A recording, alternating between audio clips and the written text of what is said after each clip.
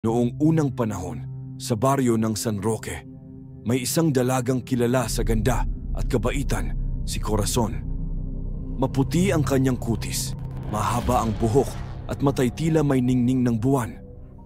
Mahal siya ng mga tao sa baryo, lalo na si Daniel, ang binatang anak ng kapitan.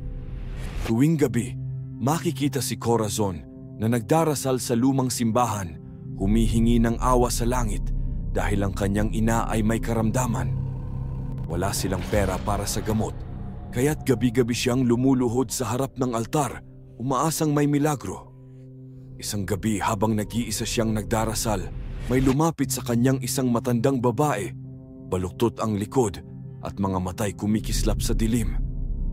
"Anak," wika ng matanda, "kung gusto mong mabuhay ang iyong ina, may paraan." Pero may kapalit. Hindi na nakapagsalita si Corazon. Sa kanyang pagluha, tanging dasal ang nasambit. Ngunit sa gabing iyon, pumayag siya. Ibinigay ng matanda ang isang maliit na bote ng itim na likido. "Ipatikim mo ito sa iyong ina bago magbukang liwayway. Pagkatapos noon, huwag kang lalapit sa kanya ng 3 araw." Ginawa ni Corazon ang bilin. Kinabukasan nagulat siya, ang kanyang ina ay gumaling. Ang dati namumutla, ngayoy masigla na. Ngunit nangyari rin ang babala. Sa 3 gabi, nakarinig si Corazon ng mga sigaw mula sa silid ng kanyang ina.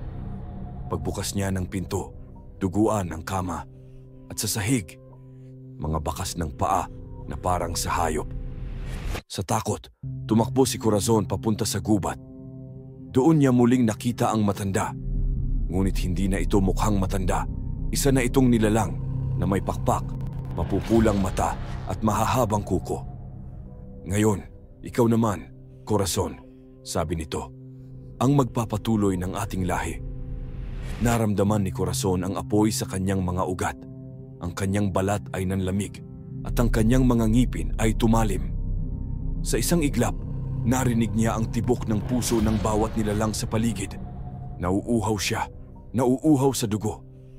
At doon, sa ilalim ng buwan, isinilang ang unang aswang. Simula noon, gabi-gabi ay may nawawalang hayop. Minsan manok, minsan baboy, hanggang isang gabi, isang bata ang hindi na nakauwi. Si Daniel, na minsang minahal ni Corazon, ay isa sa mga unang naghinala. Hanggang sa nakita niya si Corazon sa tabing ilog, duguan ang labi at sa kandungan niya, isang katawan ng kalabaw na walang laman.